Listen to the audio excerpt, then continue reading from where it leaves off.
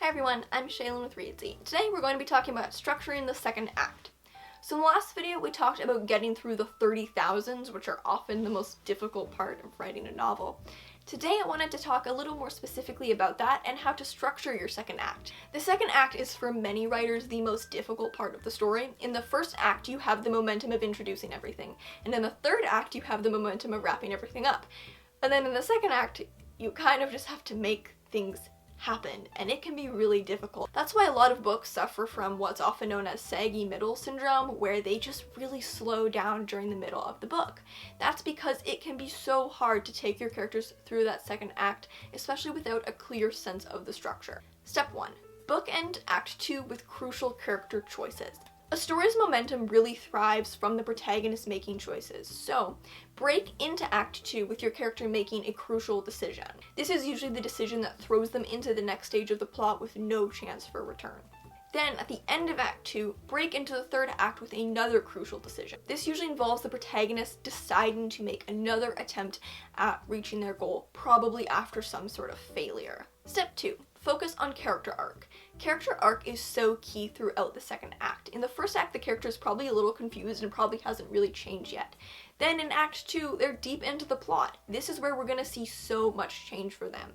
Act 2 is usually the longest act in the book. It's usually the middle 2 quarters, so it's so much time for character growth. Act 3 is usually where we're going to see the result of the character growth, but Act 2 is where it's really going to happen. By the end of Act 2, they will have gone through all the trials necessary to really change them as a person, and then that will probably be tested in the third act. Step 3. Identify the midpoint. Knowing the midpoint can be really helpful because it works as kind of a support beam at the very center of the book. The midpoint often feels like the book's climax, but doesn't actually successfully resolve the conflict. But for the character, they might think this is going to be the end. It's often either a moment of false hope or false defeat. So the character thinks they've won, and then they learn that they haven't, or they think they've been defeated, but then they learn that there's actually still hope. 4. Identify the promise of the premise. Read a book that has a pretty clear plot and isn't primarily character-driven.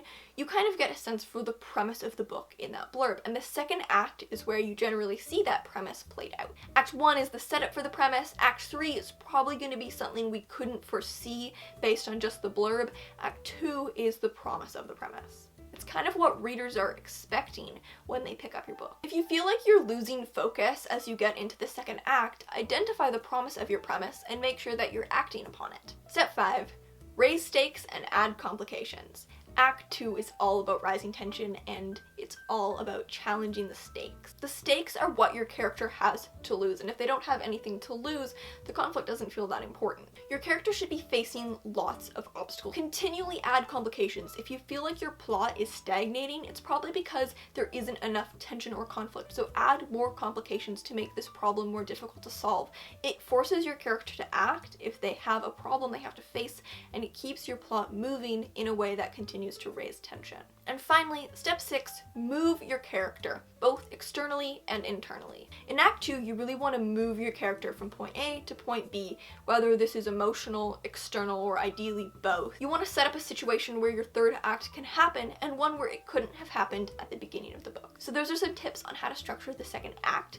Thank you so much for watching, and remember to subscribe for new videos every Tuesday and Friday. Until next time.